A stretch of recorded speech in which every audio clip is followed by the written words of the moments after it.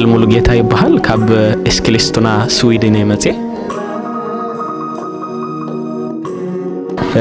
በሙዚቃ ያገልግል ነረ ትምርቲ ብጣዕሚ አዝዩ ዘደንቅ ነይሩ ያው እግዚአብሔር ኣብ ዘመናት ሙሉ ብጣዕሚ ሰብ ከም ዘለው ይርዳአካይ ማለት እዩ እና እቲ አገልጋሊ ሳልሐውን እግዚአብሔር ንህዝብና ዘተንስኦ ሰብ ምዃኑ ብጣዕሚ ተረዲእኒ ማለት እዩ ትምርቲ ድማ ናተይ ነጥ በመቀይሮ ና ህይወተይ ነጥ በመቀይሮ ኮይኑ ረኺበዮ ማለት እዩ አዝዩ ብዙሕ ነገር የወሲደ እግዚአብሔር መስገን ማለት ክጽረብ ርዳአኒ ነይሩ ማለት እዩ ልክዕ ከምዚ ጮጊርካ ጸኒሕካ ቀምቃማይ መስረኸብካ ክፍክሰካ ክሉ ዓይነት ማለት እዩ ብጣዕሚ ልክዕ ኸመይ ተጸሪበ ቀምቃማይ ከም ዝረኸብኩ ዓይነት ማለት እዩ እታ ዝለዓለ ህይወት ትብል ካፍታ ርእስቲ ተበጊሳ ማለት እዩ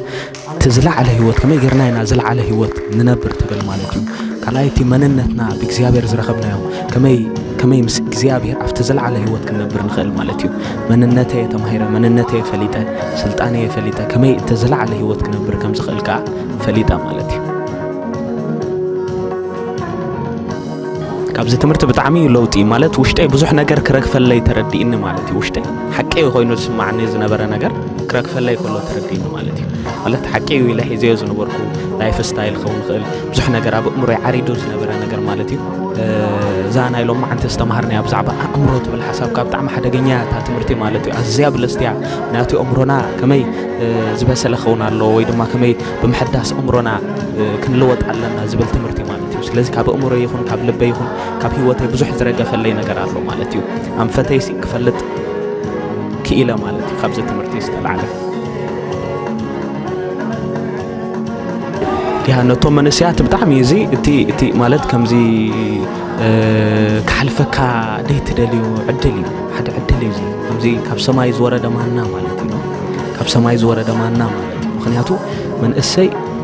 ዘድልዮ ዘሎ ነገር እዩ ስልጠና ትስልጠን ኢኻ ላይፍ ህይወትካ ከመይ ህይወትካ ትመርሖ ትስልጠነሉ መንገዲ እዩ ማለት እዩ ስለዚ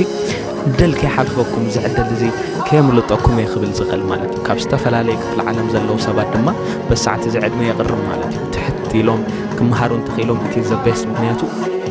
ኣዝዩ ብሉ ዝኾነ ትምህርቲ እዩ ኣነ ከምዚ ዓይነት ትምህርቲ ዋላ ኣብ ዘመን ህይወተይ ሰሚዐ ዘይፈልጥ ሓቂ ክዛረብ ማለት እዩ ዋላ ኣብ ዘመን ህይወተይ ከምዚ ዓይነት ትምህርቲ ሰሚዐ ይፈልጥ ማለት እዩ ኣብ መጽሓፍ ቅዱስ ግን ምናልባት ጳውሎስ ከምዚ ዓይነት ትምህርቲ ክምህር ሰሚዐ ኣለኹ የደንቐና እዩ ንዓና ስለዚ ንህዝብና ከም ጳውሎስ ዝበለ ሰብ ተሲኡ ኣሎ ኢለ ይሓስብ ስለዚ ንሕና ድማ ክንጥቀመሉ ኣለና ኢለ ይሓስብ እቲ ትምህርቲ ማለት እዩ ናይ ነጥሮ መቐይሮ ህይወት እዩ ማለት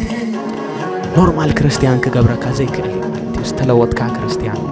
ኩሉ ነገርካ ዝተለወጠ ክገብረካ ዝኽእል ኢለ ይሓስብ ማለት እዩ ኩሉ ሰናይ እግዚአብሔር መስገን ብጣዕሚ የተሐጉሰ ልበይ ኣዝዩ ተደሲሉ እታ ኮንፈረንስ ሓፂራሃና 3 መዓልቲ ኮይና ዓመታት እንተትኸውን ሰናይ ነይሩ ይብል ማለት እዩ ጎይታ ስሙ ይባረክ ግን እግዚአብሔር ኣብ ዝመጽእ ዘሎ ግዜ ክበና እዩ ቴንክ ዩ ሶ ማች